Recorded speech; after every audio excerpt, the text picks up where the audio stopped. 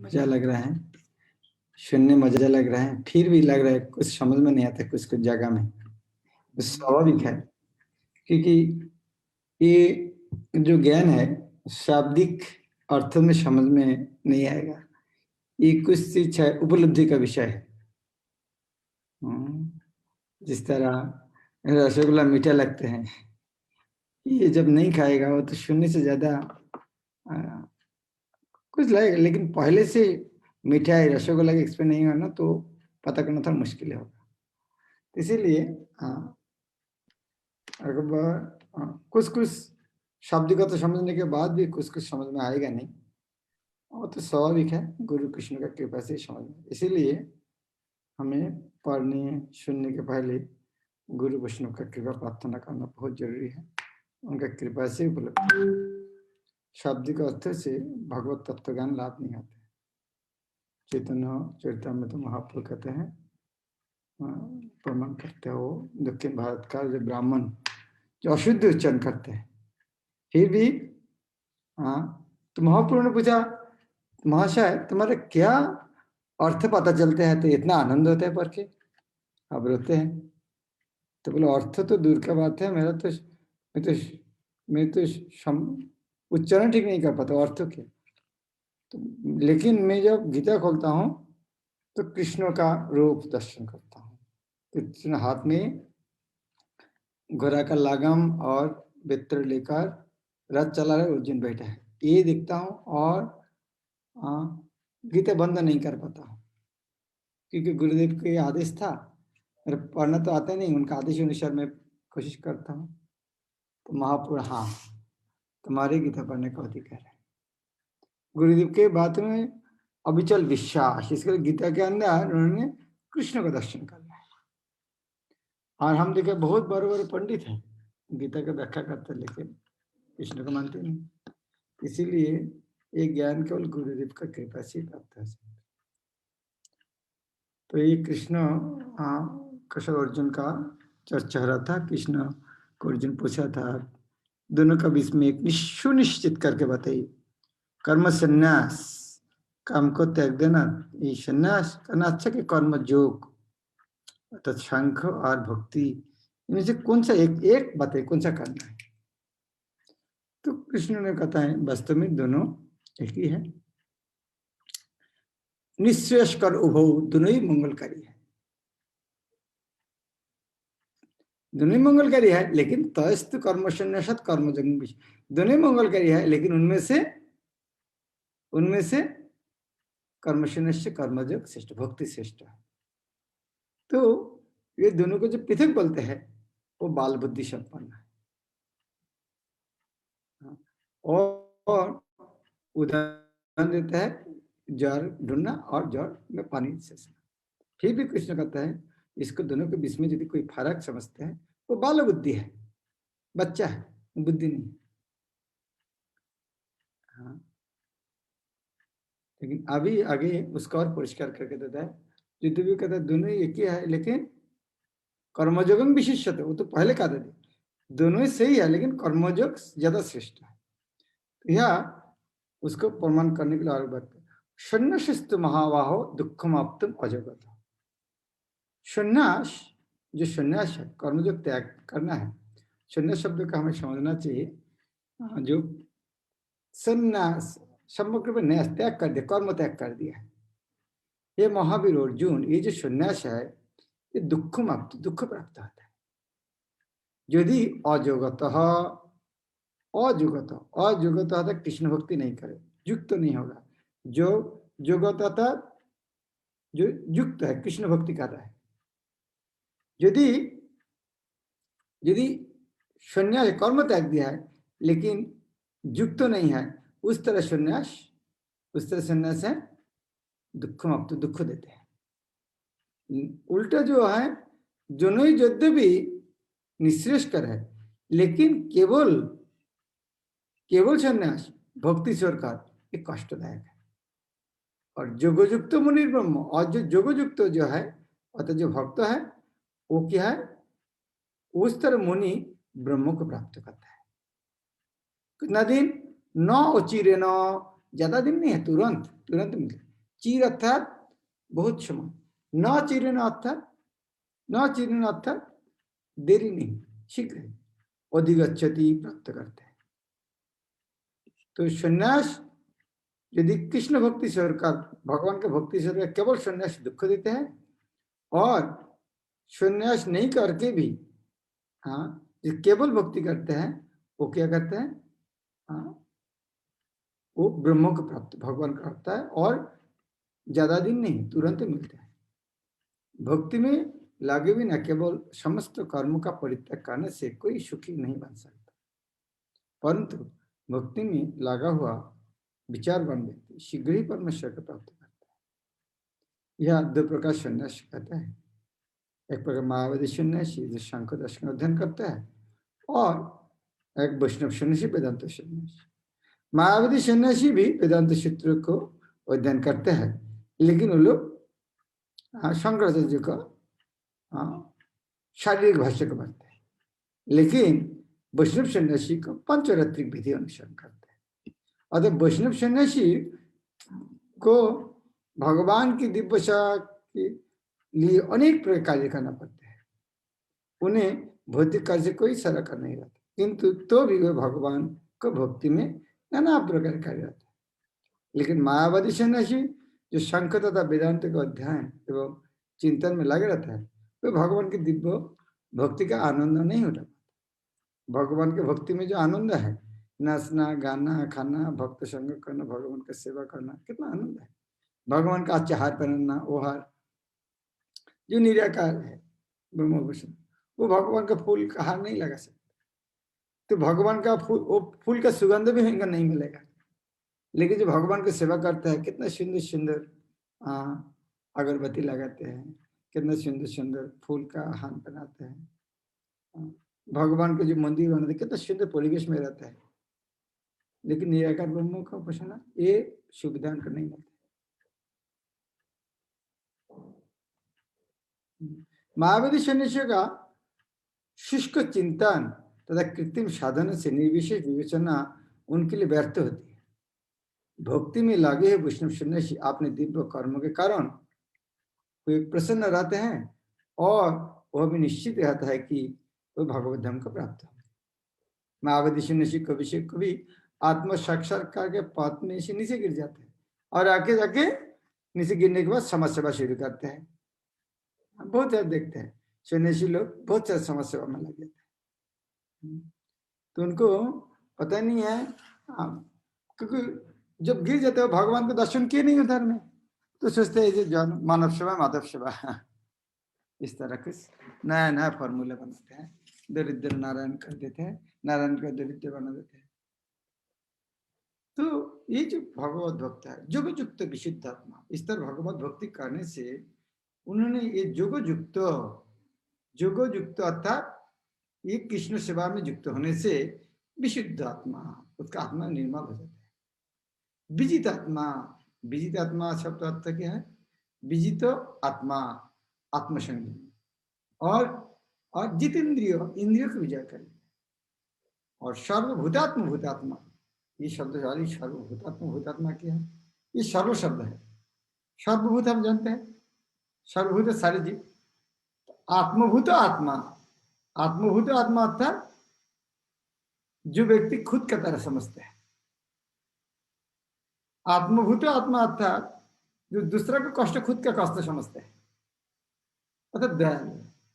तो सर्वभूत भूतात्मा अर्थात सर्वजीव दयालु। तो ये भगवान जोग युक्त, कृष्ण भक्ति में युक्त होने से ये गुण अपने से आते हैं। विशुद्ध आत्मा होता है, विजित आत्मा होता है, जितेंद्रिय होता है, भूतात्मा होता है, कुर्बन भी ना लिप्त, और कुछ काम करते हैं करेगा वो लिप्त नहीं होते।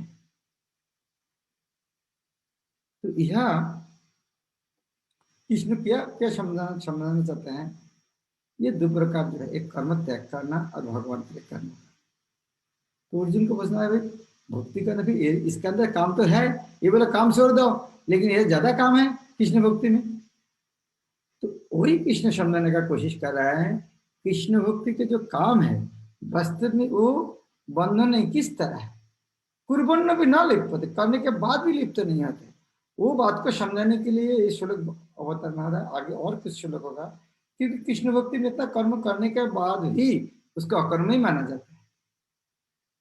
जो भक्ति भाव से कर्म करता है, जो विशुद्ध आत्मा है और अपने मन तथा इंद्रियों को वश में रखता है, वो सबको प्रिय होता है और सभी लोग उसे प्रिय होते हैं। ऐसे व्यक्ति कर्म करता हुआ भी कभी नहीं करते। सबको प्रिय होने के कैसे हो सकते हैं? कौन बता सकते हैं? एक ऑनर्स मार्क मिलेगा जो बता सकते हैं सबको प्रिय कैसे हो सकते हैं? ओके। हरे कृष्ण महाराज। हाँ, जो शुद्ध भक्त होता है वो महाभागवत होता है, तो वो हर किसी में भगवान को, मतलब भगवान के अंश के रूप में हर किसी को देखता है, तो वो किसी में डिफरेंस नहीं करता, इसलिए हर किसी के साथ अच्छा व्यवहार करता है और अपने आप को दास समझता है सबका। Okay, very. हाँ, लास्ट में कुछ हुआ? हाँ, सभी हो। सबको अपनी तरह समझता, हाँ, सबको अपनी तरह समझता है। ओके, जी समझिए। Okay, anything. हरे कृष्ण महाराज जी, कृष्ण भावित होके सब फ्री बन सकते। हरे कृष्ण महाराज, भगवान की सेवा करता है या भगवान की सेवा में संलग्न है। Very good. और हरे कृष्ण की सेवा करके महाराज, हाँ, सबकी सेवा करके। हाँ, सबके दास में पूर्व हरे तात्पर्य। कृष्ण महाराज। हरे कृष्ण महाराज, वो अन्यों के दुखों को अपने दुखों के समान समझते हैं। एंड जैसे हमने पहले अपनी आगे पढ़ेंगे, जैसे वो चाहे जीव मतलब पशु हो या चाहे पक्षी हो या चाहे मनुष्य हो, किसी में भी वो डिफरेंस नहीं दिखता। पंडिता समदर्शनी, तो ये गुण मुझे लगते हैं। हाँ, हर आंसर करेक्ट है, लेकिन प्रभुपाद ये तत्व जैसे हम आगे देखते हैं। कृष्ण भवनामृत कारण मुक्ति पथ पर है, वो प्रत्येक जीव के प्रिय होता है और प्रत्येक जीव उसके प्रिय, उसके लिए प्यारा है। ये कृष्ण भावनामृत का कारण होता है। ऐसे व्यक्ति किसी भी जीव को कृष्ण से पृथक नहीं सोच पाता। जिस प्रकार वृक्ष का पत्ती तथा टहनियां वृक्ष से भिन्न नहीं होती, वो भलीभांति जानते हैं कि वृक्ष की जड़ में डाला जाए जल समस्त पत्तियों तथा टहनियों में फैल जाता है, अथवा अमाशय को भोजन देने से, पेट में भोजन देने से शक्ति सत्व पूरी शरीर में फैल जाती है। क्योंकि कृष्ण भावनामृत में कर्म करने वाला सबका दास होता है और तो हर एक को प्रिय होता है। कैसे प्रिय होता है? आपको जो नौकरी, जो सेवा करता है, आपको प्रिय नहीं होते हैं? मैं एक बार हॉस्पिटल में एडमिशन लिया था, जो मेरे स्टूडेंट था, मेरे फ्रेंड लोग जो जो खाना लिया था, आज तक किसी का नाम भूला नहीं। तो सेवा करने से उनको बस ऋणी बन जाते। तो भक्त किस तरह सेवा करते हैं? दास रूप में सेवा करते हैं। तो उनको बात कैसे? सारे जीव को इस दास रूप में सेवा करते हैं। इसलिए हर व्यक्ति, क्योंकि कृष्ण भावनामृत में कर्म करने वाला सबका दास होता है और तो वह हर एक को प्रिय होता है, क्योंकि प्रत्येक व्यक्ति उसके कर्म से प्रसन्न रहता है और तो उसकी चेतना शुद्ध रहती है। सब उनके कर्म में प्रिय, कर्म में खुशी रहता है। कैसे? हम गोस्वामी का जीवन में धीरा धीरो जन प्रियो प्रियो करो, धीर अधीर सबको प्रिय होता है।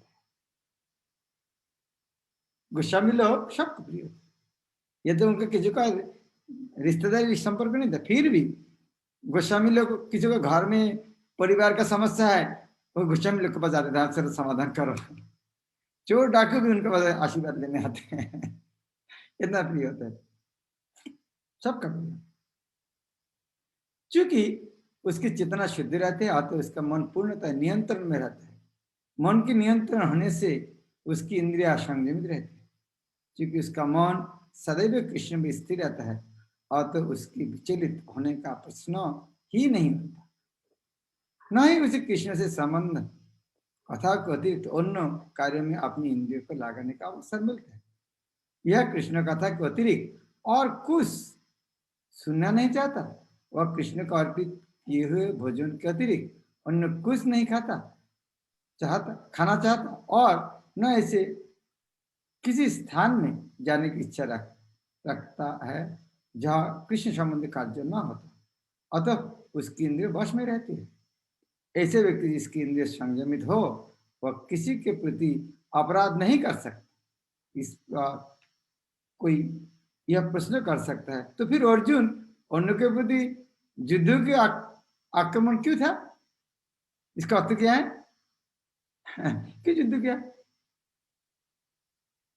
क्या वो कृष्ण भावनाविद नहीं था? हाँ, उत्तर क्या?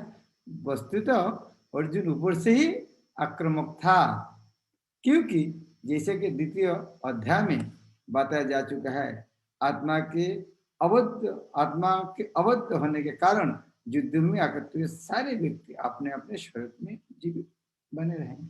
अतः आध्यात्मिक दृष्टि से कुरुक्षेत्र के युद्ध में कोई मारा नहीं गया। वह परिस्थिति कृष्ण की आज्ञा से केवल उनके वस्त्र बदल गए।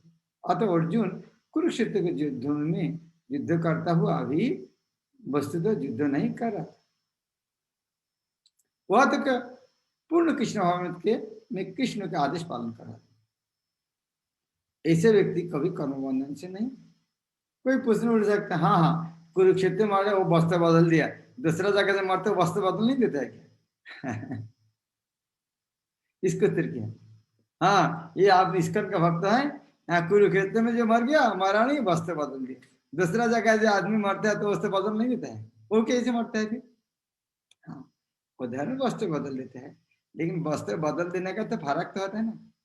हाँ, एक साइकिल टूट गया है, साइकिल टूटने के बाद दूसरा साइकिल मिला, और साइकिल टूटने के बाद मर्सिडीज गाड़ी मिला, तो एक ही हो गया क्या? दूसरा आदमी शरीर बदलता है, और कुरुक्षेत्र में जो शरीर बदल दिया, सब उद्योगति हुआ है, वो बदलना ये बदलना एक नहीं है। तो अभी इस तरह व्यक्ति जो अर्जुन का उदाहरण दिया, अर्जुन का तरह व्यक्ति कर्म करने के बाद भी उसका बंधन नहीं होता, क्योंकि कर्म करने के बाद भी कर्म नहीं करते। ये कैसे बात?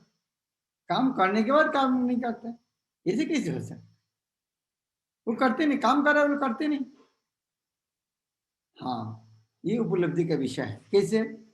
नैव किंचित करोमिति, वो व्यक्ति इस तरह कृष्ण भावना नैव किंचित, थोड़ा सा भी कुछ काम नहीं करते हैं। करते नहीं, इसका अर्थ क्या है? करता नहीं समझते हैं। नैव किंचित करोमिति, मैं कर रहा हूं, मेरे द्वारा हो रहा है, थोड़ा सा भी नहीं समझते।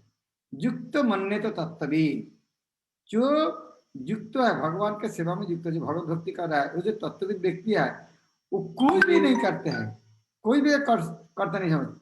पश्चान, जब देखते हैं वो नहीं सोचता मैं देख रहा हूँ। शृण्वान, वो नहीं सोचता मैं सुन रहा हूँ। स्पृशान, वो नहीं सोचता मैं स्पर्श कर रहा हूँ। हाँ, जिघ्राण, वो नहीं सोचता मैं घ्राण ले रहा हूँ। अश्नान, वो नहीं सोचता मैं खाता हूँ। शासन, वो नहीं सोचता मैं श्वास ले रहा हूं। पश्चन, सिन्नन, स्पर्शन, जिग्रन, अश्नन, गच्छन, शपन, अच्छन, पश्चन, सिन्नन, स्पर्शन, जिग्रन, अश्नन, गच्छन, शपन, श्वास। वो स्वप्न देखना, श्वास लेना, वो नहीं सोचता मैं कर रहा हूं। प्रलापन, प्रलापन, विसृजन, गृह्णन, उन्मिशन, निमिशन, ये जो बातें करना है, कुछ त्याग देना है, ग्रहण करना है, आंख खोलना, आंख बंद करना, जितना सारा काम है वो कुछ नहीं करता है। ये कैसी बात है? वो क्या सोचता है? इंद्रियानी इंद्रियार्थेषु, इंद्रिय विषय में जा रहा है, मेरा सबके लेना देना नहीं, मैं तो आत्मा हूं। वो इंद्रिय के विषय, बर्तन तो इतने धारे हम, ये हम लेक्चर दे सकते, लेकिन उपलब्धि कैसे होता है? दिव्य भावनामृत युक्त पुरुष देखते, सुनते, स्पर्श करते, सुनते, खाते, चलते फिरते, सोते तथा श्वास लेते समय भी अपने अंत में सदैव यही जानता है कि वास्तव में वह कुछ भी नहीं करता, बोलते, त्यागते, ग्रहण करते या आंखों खोलते बंद करते हुए भी वह यह जानता है कि भौतिक इंद्रिय अपने अपने विषय में प्रवृत्त हो रहा है, वह इन सब से पृथक है। उस स्तर में आत्मा हूं कि इंद्रिय इनके विषय प्रवृत्त हो रहा है, मेरा साथ लेना था। ये थियोरिटिकल है, लेकिन प्रैक्टिकल हमारे जीवन में कैसे हो सकता है?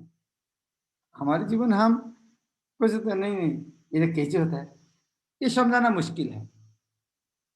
जिस तरह जो मिठाई नहीं खाया है, तो मिठाई खाने से एक व्यक्ति भक्ति सिद्धांत सरस्वती बोलते हैं, एक ब्रिटिश बिलत से लंदन से एक आदमी आया, तो उन देश में जाके बोलते हैं बोलो भारत में आम बहुत अच्छा चीज है। बच्चा को सुन के तो बहुत अच्छा लगे, बोले हाँ थोड़ा हमको खिलाओ। तो आम तो नहीं, कैसे उनके समझा, तो उन्होंने व्याख्या किया है इस तरह बहुत मीठा होता है और जूट की तरह है, उसका अंदर कुछ इस तरह फाइबर वगैरह होता है, इस तरह समझा। तो इतना प्रशंसा कि उनको खाने का इच्छा हो, खा मिलेगा। तो उनको दाढ़ी था, दाढ़ी के अंदर गुड़ लगा दिया, अब बच्चा को बोले इसे चाटो, तो आम का, इस आम का स्वाद मिलेगा क्या? नहीं मिलेगा। तो इसी तरह ये जो भावना है, हम शाब्दिक अर्थ से नहीं समझे, प्रभुपाद समझाया, लेकिन हम गुरु वैष्णव की कृपा से कुछ उपलब्धि कर सकते। फिर हम पढ़ते हैं, क्योंकि कृष्ण भावना भावित व्यक्ति का जीवन शुद्ध होता है, फलतः उसे निकट तथा दूरस्थ पास कारण क्या क्या है? कर्ता, कर्मों, अधिष्ठान, प्रयास तथा भाग्य। ये सुना कोई जगह में आप लोग? ये पास कारण क्या है?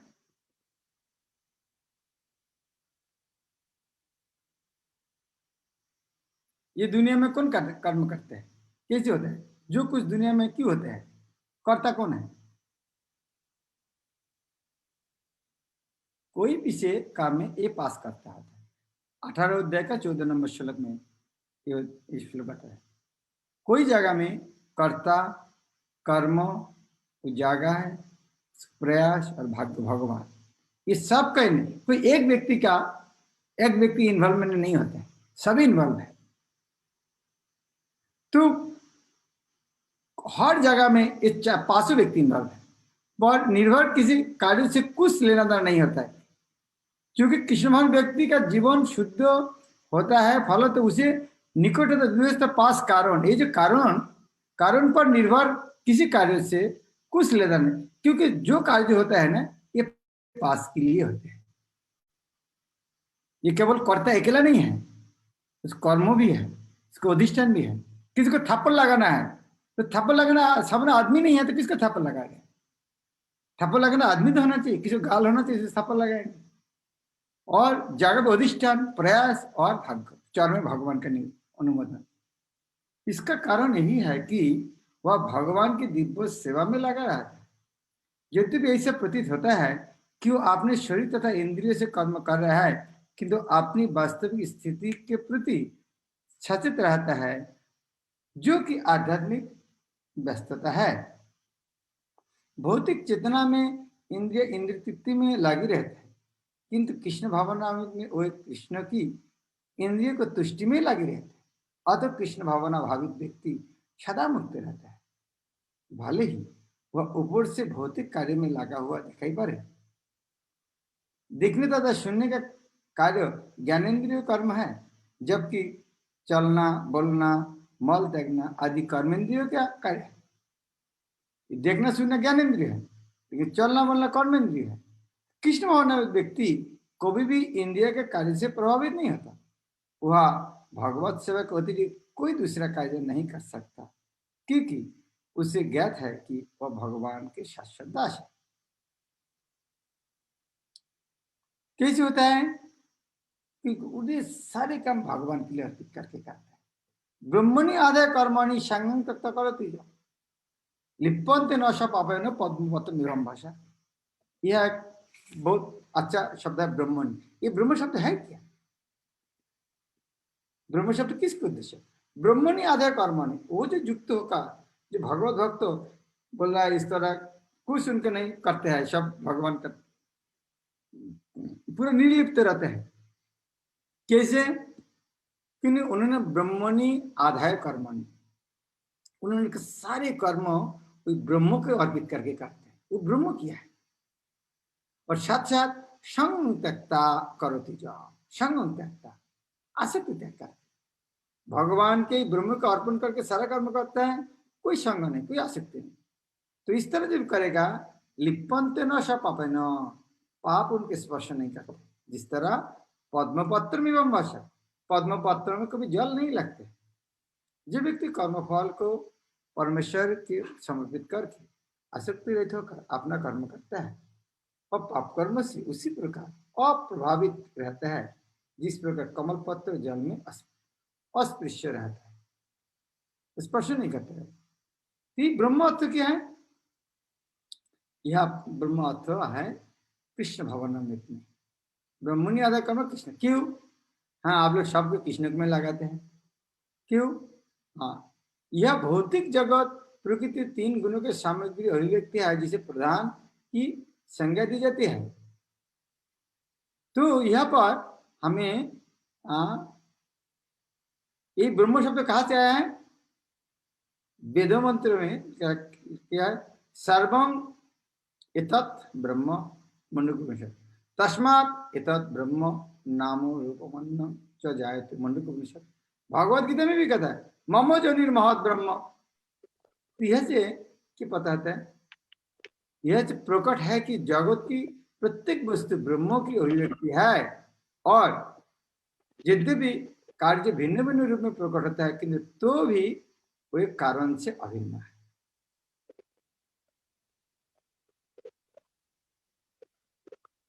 ईशोपनिषद में कहा गया है कि सारी वस्तु परब्रह्म या कृष्ण के संबंधित है, अतएव वो केवल उन्हीं की है। जो यह भली भांति जानता है कि प्रत्येक वस्तु कृष्ण के ही है और वही प्रत्येक वस्तु के स्वामी है, अतः प्रत्येक वस्तु भगवान की सेवा में ही नियोजित है। उसे स्वतः शुभ अशुभ कर्मों का उसे कोई प्रयोजन नहीं है। जहां तक कि विशेष प्रकार का कर्म संपन्न करने के लिए भगवान द्वारा प्रदत्त मनुष्य का शरीर भी कृष्ण भावनामृत में संलग्न किया जाता है, तब यह पाप कर्म के कलमश से ऐसे ही पड़े रहता है जैसे कि कमल पत्र जल में रहकर भी भीगता नहीं। इसीलिए भगवान क्या कहता है? मई कर्माणि मई सर्वाणी कर्माणि, सब मुझको अर्पण करके कर। तात्पर्य है कि कृष्ण भावनामृत विहीन पुरुष शरीर एवं इंद्रियों को अपना स्वरूप समझकर कर्म करता है, किंतु तात्पर्य है कि कृष्ण भावनामृत विहीन पुरुष शरीर एवं इंद्रियों को अपना स्वरूप समझकर कर्म करता है, किंतु कृष्ण भावना भावित व्यक्ति यह समझकर कर्म करता है कि देहो कृष्ण की संपत्ति है, अतः ऐसे कृष्ण की सेवा में प्रवृत्त होना चाहिए। ठीक पूर्वा जो उदाहरण देता है अर्जुन और दुर्योधन का युद्ध है। अर्जुन युद्ध कर रहा है कृष्ण को खुश करने के लिए, इसलिए कर्म बंधन नहीं है। और दुर्योधन हारने के बाद भी उनका बदनाम है, क्योंकि खुद के इंद्र तृप्ति के लिए। तो कैसे करते हैं? कायेन मनसा बुद्धा केवल इंद्रिय योगिनो कर्म कुर्वन्ति संगम तक आत्मसिद्ध। इस तरह ये कठिन बात है। हाँ, कैसी प्रैक्टिकली हम कर सकते हैं। इसीलिए कृष्ण बार बार एक कमल पत्र का उदाहरण दिया, फिर समझाने की कोशिश किया। योगीजन आसक्ति रहित होकर शरीर मन बुद्धि तथा इंद्रियों के द्वारा भी केवल शुद्धि के लिए कर्म करते हैं। कायेन मनसा बुद्धा केवल इंद्रिय। योगी को ये जो अभी बोल रहा था कि हाँ, तो अभी तो बोले ये जो कर्म नहीं करेगा उनको बंधन नहीं होगा, जो निष्काम कर्म करता है उसको बंधन नहीं होता है। फिर कर्मयोगी जो भगवत भक्त कर्म करते हैं, लेकिन इसको भी थोड़ा तो बंधन होना चाहिए। नहीं, ये कर्म क्यों करते हैं? इनको काम करने इनको भी जरूरत नहीं है, लेकिन एक करता है शुद्धि के लिए कर्म करते हैं, खुद के शुद्धि के लिए। जब कोई कृष्ण भावनामृत में कृष्ण की इंद्रिय तृप्ति के लिए शरीर, मन, बुद्धि तथा इंद्रियों द्वारा कर्म करता है, तो वह भौतिक कलमश से मुक्त हो जाता है। कृष्ण भावनामृत व्यक्ति के कार्य से कोई भौतिक फल प्रकट नहीं होता, इसीलिए इसको कहता है अकर्म। अतः समान रूप से सदाचार कहे जाने वाले शुद्ध कर्म कृष्ण भावनामृत में रहते हुए सरलता संपन्न किया जा सकता है। श्रील रूप गोस्वामी ने इसको वर्णन किया। यह जस्य हरे दस्य कर्मणा मनुष्य गिरा निखिल शिव अवस्था से जीवन मुक्त सर्वोच्च। रूप गोस्वामी पावरफुल से लोग देते हैं। यह जस्य हरे दस्य, यह शब्द अर्थ क्या है? कोई बता सकते? ऑनर्स मार्क मिल जाएगा। यह बोल सकते इस जगत में महाराज? हाँ, नहीं, यह शब्द अर्थ क्या है? इच्छा, भक्ति में कृष्ण भावित कार्य। हाँ, किसने कहा इच्छा? भुवन मोहिनी देवीदास। हाँ, थैंक यू। यह अर्थात इच्छा। छोटो छोटो ये होता था, वो ये दुनिया है, और बड़ो ये इच्छा है। यह जो हरे दस्य, जिसको इच्छा है भगवान का दासत्व करके, यह जो हरे दस्य, जो जिसको इच्छा है भगवान का दासत्व करके करेंगे तो भगवान सेवन करें। उस तरह कर्मणा मनुष्य गिरा, कर्म मन और वाक्य से, तो जिसके इस तरह वासना है, इच्छा है, कर्म मन और वाक्य के द्वारा को भगवान का दासत्व करेंगे, इस तरह से करेगा, निखिलो भी अवस्था, दुनिया में कोई भी जगह में रहेगा, उसको जीवन मुक्त माना जाता है। जीवन मुक्त सर्वोच्च, वो जीवन मुक्त कोई भी काम करे, कर्म बंधन को तो बात ही नहीं है, कोई भी जगह में रहता है वो जीवन मुक्त है। अपने शरीर, मन, बुद्धि तथा वाणी से कृष्ण भावनामृत में कर्म करता हुआ व्यक्ति इस संसार में भी मुक्त रहता है, भले ही वह तथाकथित अनेक भौतिक कार्यकलाप में व्यस्त क्यों नहीं रहे। उसमें अहंकार नहीं रहता, क्योंकि वह इसमें विश्वास नहीं रखता कि वह भौतिक शरीर है अथवा वह शरीर उसका है। ये अहंकार नहीं रहता, ये शरीर मेरा है। वो जानता है कि वह शरीर नहीं है और न वह शरीर ही उसका है, वह स्वयं कृष्ण का है और उसका यह शरीर भी कृष्ण की संपत्ति। जब ये शरीर, मन, बुद्धि, वाणी, जीवन, संपत्ति आदि से उत्पन्न प्रत्येक वस्तु को जो भी उसके अधिकार में है कृष्ण के सेवा में लगाता है, तो तुरंत कृष्ण से जुड़ जाता है। वह कृष्ण से एक रूप ही हो जाता है और उस अहंकार से रहित होता है, जिसके कारण मनुष्य सोचता है कि मैं ईश्वरी हूँ। ये अनुवाद थोड़ा हो सकते समस्या है, हाँ, जिसके कारण सोचता है मैं ईश्वरी हूँ। ये आप ये लाइन छोड़ दीजिए, ये काला किया। वो कृष्ण से एक रूप हो जाता है और उस अहंकार से रहित हो जाता है, बस इतना ही। ये अहंकार शब्द किया है, उसको समझने में अहंकार अर्थ है जिसके कारण मनुष्य सोचता में शरीर, यह है। नहीं ये पूरे एक लाइन पढ़ेगा तो उल्टा समझता है। इस तरह बोल सकते, जो अहंकार के कारण आदमी सोचते हैं क्या मैं ये शरीर हूं, वह चीज जब रहित हो जाता है वो कृष्ण भावना से एक रूप हो जाता है। इस तरह पढ़ना चाहिए, नहीं तो इस तरह पढ़ेंगे वह कृष्ण से एक रूप हो जाता है और इस अहंकार से रहित होता है, जिसके कारण मनुष्य सोचता है। ठीक है, लेकिन हमें नहीं सोचना चाहिए जो कृष्ण भक्ति जिसके कारण मनुष्य सोचता है मैं शरीर हूं, नहीं, इस तरह नहीं। ये अहंकार के कारण आदमी सोचता है मैं शरीर हूं, तो यह से मुक्त हो जाए। यही कृष्ण भावनामृत का पूर्ण अवस्था है।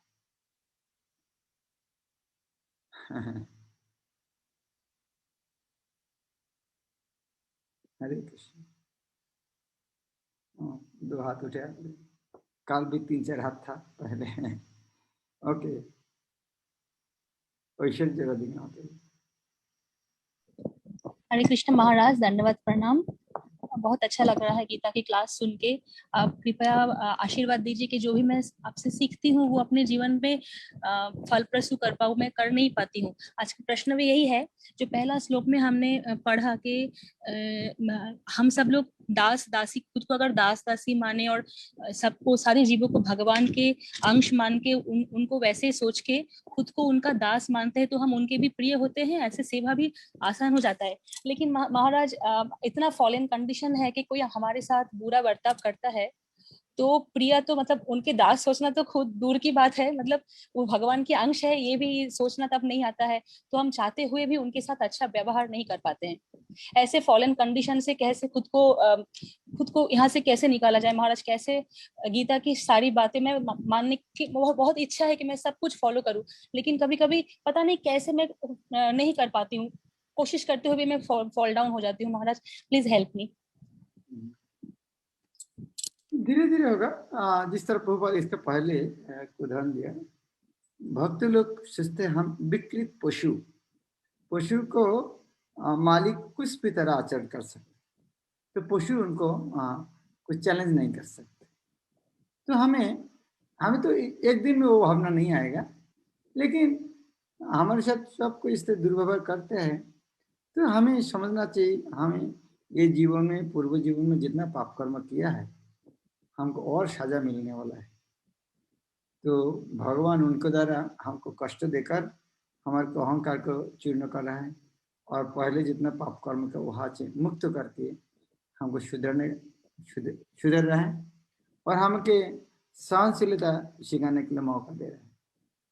जब हम भगवान के चरण में शरण लिया है, हमारे साथ में जो कुछ हो रहा है ये भगवान के आयोजन मानना चाहिए। ये एक दिन दो दिन में नहीं होगा, लेकिन ये हमें विश्वास होना चाहिए हम भगवान का सेवा कर रहे हैं। तो भगवान की जब सेवा कर रहा है तो हमारे साथ जो कुछ हो रहा है भगवान हमारे लिए अच्छा ही कर रहा है। अभी नहीं समझ पा रहा है, जब हम समझते हैं माता मेरे लिए अच्छा करता था, थप्पड़ लगाने भी बात हम बच्चे समझते नहीं, हो सकता मैं गलती की इसलिए थप्पड़ लगा, कि माँ हमको प्रेम करती है। तो इसी तरह भगवान हम जब प्रेम करते हैं तो हमारे साथ जो कुछ हो रहा है भगवान का आयोजन में हो रहा है। और ये समझना चाहिए हम पूर्व में बहुत गलती किया है, इसीलिए हमें कष्ट भोगना पड़ रहा है, हमें और बहुत सहन करना पड़ रहा है। इसीलिए गुरु वैष्णव के पास हमें कृपा प्रार्थना करना चाहिए, हमको वो शक्ति दे ताकि हम उपलब्धि कर सकें, क्योंकि विरोध करने से समाधान नहीं होगा।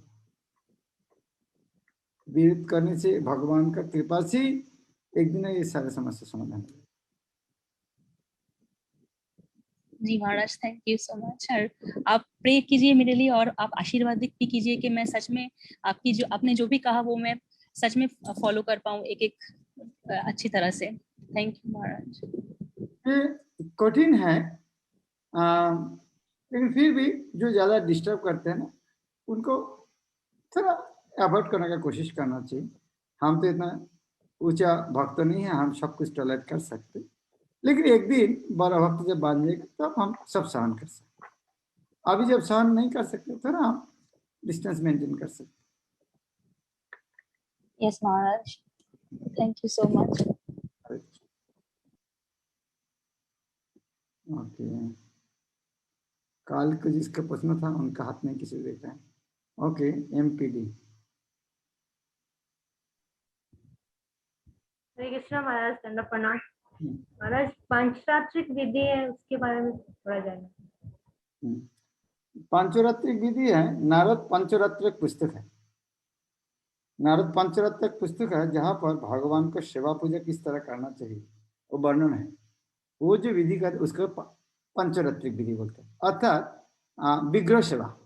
एक सरल शब्द है, पंचरात्रिक विधि है विग्रह सेवा, भगवान का विग्रह का सेवा का पंचरात्रिक विधि।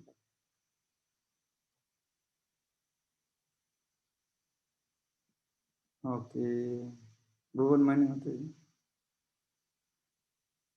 हरे कृष्णा महाराज, दंडवत प्रणाम। महाराज, आपकी वजह से भगवत गीता में बहुत इंटरेस्ट आ रहा है। थैंक यू सो मच महाराज। महाराज, एक ये जो कल का वो था श्लोक था 4th नंबर का, तो जैसे आपने बताया था ना कि 2000 के नोट के अंदर 500 का नोट है ना, तो यदि 2000 का नोट है तो फिर अपने आप वो 500 वाला नोट भी है। ऐसे ही इसमें जो दिया था अर्थ में कि जो ये प्रभुपाद ने इसमें तात्पर्य में लिखा है, लेकिन जो अर्थ में दिया है, जो वस्तुतः ज्ञानी है वे कहते हैं कि जो इनमें से किसी एक मार्ग का भली भांति अनुसरण करता है वह दोनों के फल प्राप्त करता है। तो इसमें भगवान कह रहे हैं कि किसी भी एक का अनुसरण कर लो। हाँ तो यदि किसी ने सांख्य योग का अनुसरण कर लिया या ज्ञान मार्ग का अनुसरण कर लिया तो उसको सेम फल तो नहीं मिलेगा भक्ति मार्ग के जैसा। काल जो उदाहरण दिया ना, वो जो 2 किलो चावल खरीद करने के लिए जाएगा ना, दोनों नोट से काम चलेगा। अच्छा, छोटा काम करने से दोनों एक ही, वो दोनों नोट से चलेगा। लेकिन बड़ो काम के लिए सोना के लिए 500 रुपए का नोट चलेगा। तो दोनों काम नीचे स्तर के लिए दोनों एक ही है। इस तरह बोलो ना, दोनों एक ही है, लेकिन अगर दुख है वहाँ ले 500 रुपया लेके गया, हाँ लेके आ सकते चावल, लेकिन उधर लेना पड़ेगा। 2000 रुपये लेके तो उधर नहीं लेना पड़ेगा, वहां से लेके आ सकते। दोनों के एक ही काम होता है, लेकिन भीड़ भी थोड़ा फर्क है। और तो फर्क है, नहीं तो क्यों बोल रहा है? और तो फर्क है, इसलिए आज भी श्लोक में ना वो दुखम आप तुम आजो को, तो जो या वो सन्यास केवल दुख होता है, थोड़ा तो फर्क तो है। यस महाराज। और ये जो आज का श्लोक है कि वह खाते पीते सोते सूंघते चलते हुए भी अपने अंतर में सदैव यही जानता रहता है कि वह वास्तव में कुछ भी नहीं करता, और बोलते त्यागते ग्रहण करते आंखें खोलते बंद करते समय वह यह जानता है कि भौतिक इंद्रियां अपने अपने विषयों में प्रवृत्त है। तो यहाँ पर इसका यही मतलब है जो हमने पिछले अध्याय में पढ़ा था कि इंद्रियों का इंद्रिय विषयों में दमन, वो जो पढ़ा था कि इंद्रियों का इंद्रियों की इंद्रिया रूपी अग्नि में दमन। हाँ, ये इसका यही मतलब है। हाँ, जिस तरह हमें जिसके प्रति जितना आसक्त होते हैं, इस तरह मान लीजिए आपको मर्सिडीज से गाड़ी है और एक हमारे मंदिर की तरह एक मारुति भी गाड़ी है। दोनों को एक्सीडेंट है, कौन सा ज्यादा कष्ट लगेगा? मर्सिडीज, कि वो ज्यादा आसक्ति और खुद के है ही नहीं तो कोई कष्ट नहीं। उसी तरह इंद्रिय हमारे है, शरीर हमारा है, जितना भावना उतना कष्ट है। जब भावनाएं नहीं है, इंद्रिय हमारा है, हम आत्मा है, तो शरीर नष्ट होने के बाद भी कष्ट नहीं होता है। तो उस स्तर में जब हम जाएंगे, अभी तो हम क्लास 1 का बच्चा ऊपर कैसे समझेगा, लेकिन ये उदाहरण से समझ सकते, जिसको इस तरह अनासक्ति होगा क्यों नहीं कर सकते? जिसका आसक्ति नहीं है, ये इंद्रिय मेरा नहीं है, इंद्रिय के जो कुछ है उसके लेना देना किया है। जिस तरह मान लीजिए आप बचपन में वो खिलौना कुछ नहीं करते थे, छोटे से क्या खेलते थे, घर में बहुत खेलते थे। उस तरह खेल बच्चा जब खेलते हैं, रास्ते में चलते थे, अब नजर में नहीं आते हैं देखने। अभी बचपन में इतना आसक्त था, अभी वो खेल बच्चा लोग खेल रहा है, रास्ते में चला, नजर में नहीं आया, क्या अभी इसका आसक्ति नहीं है, उसे नजर में नहीं आता है। उसी तरह जब हमें कोई लेना देना ही नहीं है, अब बाजार में बहुत बढ़ गया है। आज तक कोई जगह कोई या किसी को भाव पूछा, प्याज लहसुन का कितना भाव चल रहा है, पूछा कोई व्यस्त नहीं? क्यों? क्योंकि लेना ही नहीं है। वो हमारे कहीं काम का ही नहीं है, उसके भाव बढ़ेगा कमेगा क्या फर्क पड़ेगा, फिर ही देगा भी कोई फर्क नहीं पड़ेगा। तो इंद्रिय जो हमारे है ही नहीं, तो उसको जो करने दो, हमको क्या फर्क पड़ेगा। तो इस तरह जो हम आत्मा के लेवल पहुंच जाएंगे तब इस तरह होगा। अभी हमारी वो स्थिति नहीं है, इसे थियोरेटिकल लग रहा है, यदि वो पहुंच जाएगा तो ऑटोमेटिक समझ में आएगा। तो मैं ये पूछ रही थी कि इस लाइन का यही मतलब है कि इंद्रियों का इंद्रिय विषयों में दमन करते हैं, इंद्रिय विषयों का इंद्रियों में दमन करते हैं। दमन था कि वो मन रूपी अग्नि में, हाँ, सेवा में लगाना। केवल दमन आर्टिफिशियल कृत्रिम रूप दमन करने से काम चलेगा नहीं, ज्यादा दिन चलेगा नहीं। तो जो लास्ट चैप्टर में था, मन रूपी अग्नि में उसको स्वाहा करते हैं। वो मन को फिर क्या बोलता है, मन को भगवान में सेवा लगा, अंतिम में वो कृष्ण का सेवा में जब तक नहीं लगाएगा, ये कृष्ण का संपत्ति है, कृष्ण का लगे तभी कंट्रोल होगा। केवल इच्छा करके नियंत्रण करेगा वो होगा नहीं। Thank you so much. भगवान का संपत्ति है, उनका सेवा में लगाना तभी थैंक यू महाराज। ऐसा जो 3rd चैप्टर में था वो प्रैक्टिसिंग के लिए है, ये जो फुली कृष्ण कॉन्शियस है उसके लिए ऐसा नहीं है महाराज। ना उस तरह नहीं, क्योंकि ये धीरे धीरे, वो तो बोला सारे यज्ञ धीरे धीरे अंतिम हो ही जाएगा। करेक्ट। तो वो जो दमन का जो भाव उसमें इंद्रियों विषय को इंद्रियों में स्वाहा कर रहा है, वो प्रैक्टिसिंग हो गया। और ये जो है जो जो कृष्ण भावना भावित है उसका स्वतः ही अपने आप ही हो रहा है। स्वतः अपने आप होता है, हाँ, तो ये डिफरेंस हो जाएगा ना थर्ड चैप्टर और इस चैप्टर के श्लोक। ये तो बात सही है। ये जो योग है, हाँ, प्रैक्टिकल इस तरह वो उनसे पूछने के लिए, लेकिन वो जो करेक्ट, ये जीवन का अंतिम चूड़ांत लक्ष्य है, उसका Right. आधार नहीं है, करेक्ट, उसका ज्ञान पूर्ण नहीं है। ठीक है वास्तव में सारे योग तो चारों में कृष्ण भक्ति में जाना है, करेक्ट। लेकिन जो वो सोचते यही लास्ट है, तो वो पूर्ण के लिए नहीं माना जाता। Thank you so much. बोले गोपाल का नाम होता है। प्रणाम कृष्णा महाराज, दंडवत प्रणाम। हरे कृष्णा महाराज, दंडवत हरे कृष्णा महाराज, दंडवत प्रणाम। हरे कृष्णा महाराज, दंडवत प्रणाम। कोरोना ठीक हो गया आपका इंटरनेट बहुत वीक है। हाँ, अभी तो थोड़ा पहले से तो आराम है। बहुत ही आपकी क्लास सुन के एनर्जी आ जाती है। बहुत ही सुंदर क्लास है, बहुत आनंद आ रहा है, बहुत बढ़िया। बहुत बहुत प्रणाम है आपको। और वो मुझे तो वो जब वो सुना था श्लोक, उसमें एक था कि जब वो सबको जो व्यक्ति प्रिय होता है, तो वो पूरा मुझे लगा पूरा गुरु महाराज के लिए है वो पूरा।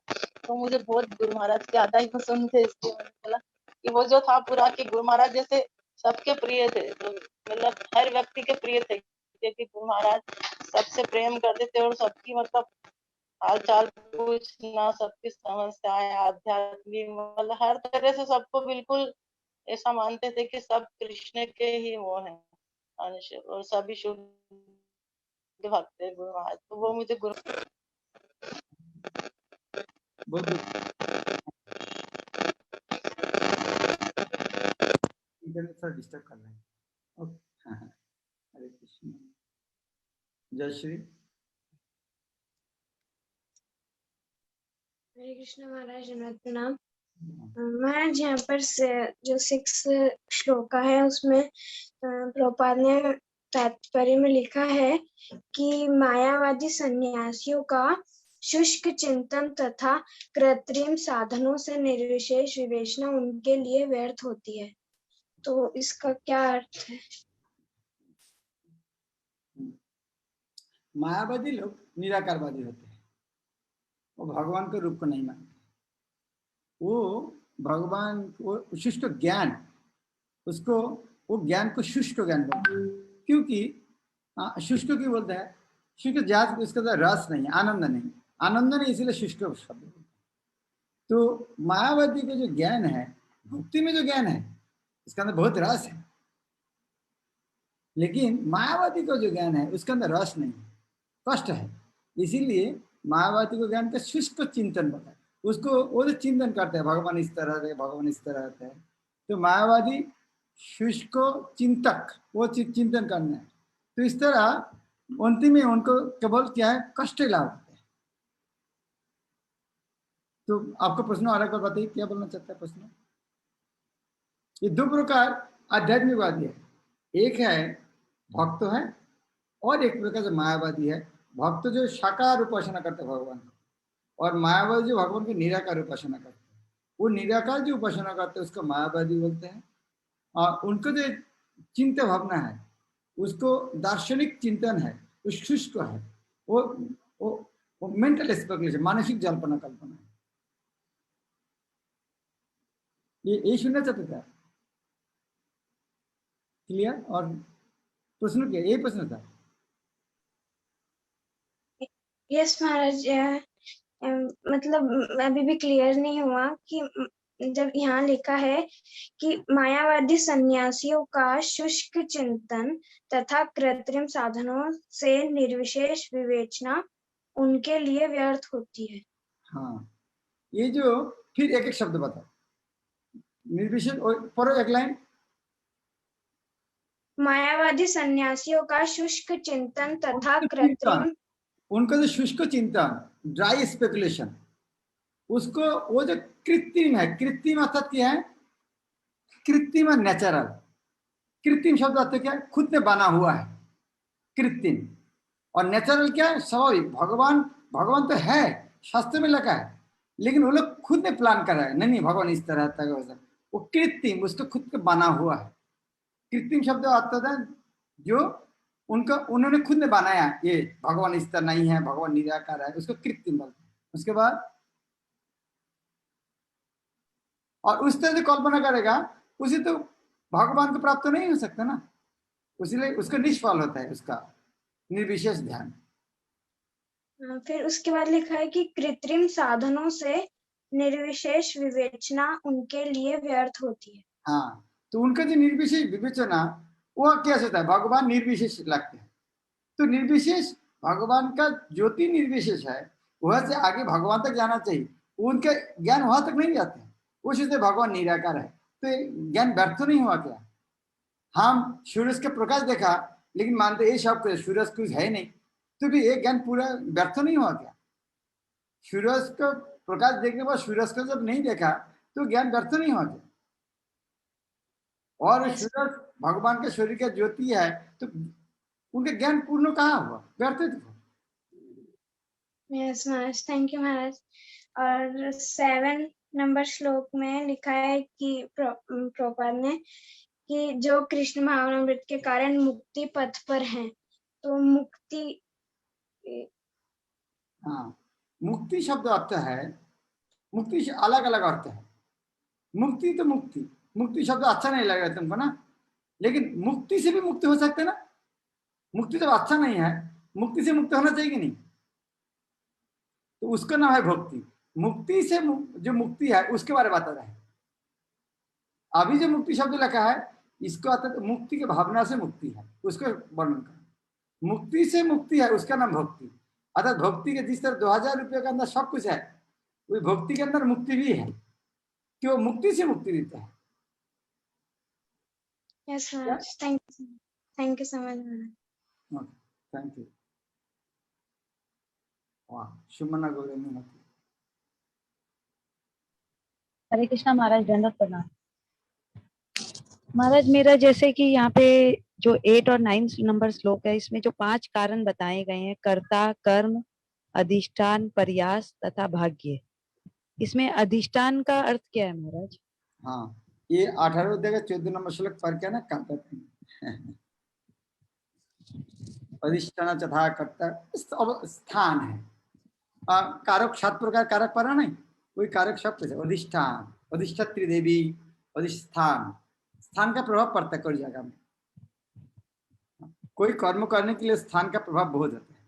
मंदिर में जाके भक्ति करना और स्टेडियम में बैठ के माला जप करना, दोनों का फल एक नहीं होगा। तो कर्म का प्रभाव स्थान का ऊपर भी निर्भर करते हैं। भी उसका अच्छा व्याख्या पूर्व तात्पर्य गीता में दिया। हाँ बोलिए। और महाराज एक प्रश्न और था, जैसे कि हम लोग लेक्चर में सुनते हैं कि मैं शरीर नहीं हूँ, आत्मा हूँ, तो ये हम लोग सुन लेते हैं और फिर कोई पूछता है कि आप कौन है, तो हम लोग बोलते हैं हम लोग आत्मा है। लेकिन ये आत्मा के लेवल पे आना, और जब कोई मतलब परिस्थिति आती है तो हम लोग तुरंत शरीर की तरह ही उसको मतलब लेते हैं, उसको फिर आत्मा वाला स्तर हम लोग भूल जाते हैं कि हम लोग शरीर नहीं आत्मा है। तो कैसे इस आत्मा के स्तर पे पहुंचने वाला, कैसे हम लोग पहुंचे?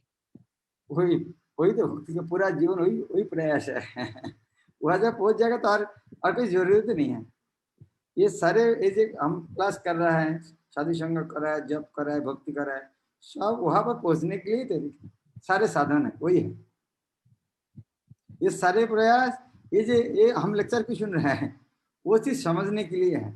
शादी सेवा क्यों कर रहा है, भक्ति क्यों कर रहा है, माला जी जब क्यों करता है, केवल वो चीज समझने के लिए। जब वो समझ जाएगा तब वो अनुसार काम करेंगे। लेकिन अभी तो थियोरिटिकली पता चला गया, धीरे धीरे कुछ उपलब्धि हो जाएगा। लेकिन गुरु कृष्ण का कृपा से ये उपलब्धि होती है, हमारे खुद का प्रयास से ये नहीं होगा। हमारे प्रयास करना चाहिए साधु गुरु वैष्णव का सेवा कर संतुष्ट करना, उनका कृपा से उपलब्धि होकर जाएगा। ओके महाराज, दंडवत प्रणाम महाराज। इस तरह बड़ा साइंटिस्ट होने के बाद भी आप आंखों से हवा नहीं देख सकते, उपलब्धि होते हैं ये हवा इस तरह हो सकती है, इसके अंदर ऑक्सीजन ज्यादा हो सकता है, कार्बन डाइऑक्साइड ज्यादा हो सकता है, स्मेल कर सकते, लेकिन आंखों में नहीं देख सकते। उसी तरह ये ज्ञान दिव्य ज्ञान हृदय प्रकाशित, हृदय में प्रकाश होगा।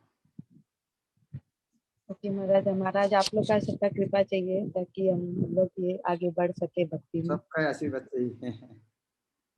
हरे ओके, किशोरी माता जी क्या लग रहा है, कमेंट है कुछ?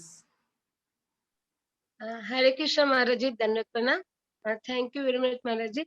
महाराज जी प्रश्न मेरा था ये कि जैसे गुरु महाराज ने नाम तो दिया किशोरी, बड़े शान से हम लिखते हैं, बोलते भी किसी किशोरी देवी दासी, पर अभी तो वो देवी दासी का भाव नहीं है महाराज जी। जब भी भगवान की सेवा करते हैं या फिर कोई वैष्णव सेवा का करने का मौका मिलता है, वो दास्य का भाव नहीं आता है, तो उसको कैसे लाए? लिखने में तो लिख देते देवी दासी, बोलने को बोल देते शान से बड़े, पर वो भाव नहीं है अभी तक, उसको कैसे? उसीलिए तो इसका जयन किया है। वो भावना को इसीलिए कृष्ण भावनामृत संग, वो है तो कृष्ण भावना है। वो भावना बढ़ाने के लिए जो सुना आज, आप सबको प्रिय होना चाहते हैं, सबसे प्रिय होने के लिए क्या करना चाहिए? सेवा महाराज जी। ये आज तात्पर्य में क्या कहा, कौन सबका प्रिय हो सकते? जो सबका दास है, और दास अर्थात सबका सेवा करना है, बस। बार बार सुनते कुछ तो काम होगा। आप आशीर्वाद दीजिए महाराज जी, पूरा जीवन उसी में जाए, वैष्णव और कृष्णा की सेवा में, वो भाव भी आ जाए। Thank you very much. Srila Prabhupada की भगवत गीता यथार्थी कृष्ण महाराज, हरे कृष्ण महाराज, धन्यवाद प्रणाम महाराज।